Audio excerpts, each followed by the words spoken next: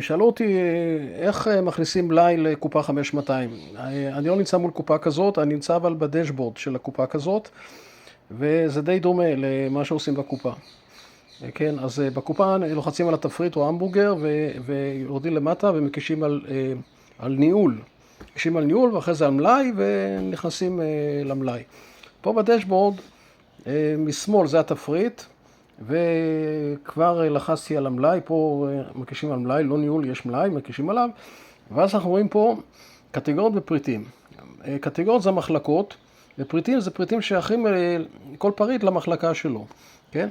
אז ככה, אז כדי להתחיל להכניס את המלאי הזה, לוחצים על קטגוריות, ואז אני מוסיף הוספת קטגוריה, ופה אני רושם שם קטגוריה, כמובן, מע"מ תמיד רגיל, אלא אם כן חנות ירקות, רגיל, לבחור רגיל, ואחרי זה לעשות שמור.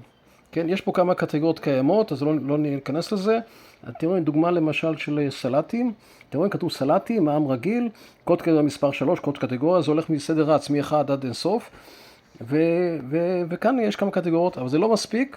אחרי שעשיתם את זה, מקישים על פריטים, ופה יש פריטים קיימים, ובאותה מידה אתם יכולים להוסיף, למשל הוספת פריט, קוד פריט כמובן מתחיל מ-1 ורץ עד אינסוף, שם פריט, רושמים את השם של הפריט, קטגוריה, לייחס לקטגוריה הרלוונטית שאתם רוצים, פה יש כמה קטגוריות קיימות, אז פשוט בוחרים, כן, כמו שאמרתי, מכניסים כל קטגוריות, ואחרי זה לייחס את הפריטים לקטגוריות, מחיר פריט, כמובן מחיר צריך, ומע"מ תמיד רגיל, אמרתי, אלא אם כן יש פטור, חנות ירקות, כן, ועושים שמור, וזהו. ואז בקופה, שתיכנסו לקופה, אתם תראו את הקיצורים במסך, למשל בקופה, תיכנסו לקופה, תראו בקופה שם, תראו, לי יש פה כל מיני קטגוריות, אז תראו את השמות של קטגוריות, ובקש שתקישו על השם של הקטגוריה, יעלו לכם כל הפריטים ששייכים לאותה קטגוריה. כן, עכשיו שימו לב, לתקן או למחוק, יש בכל פריט או קטגוריה יש עיפרון ויש פח אשפה.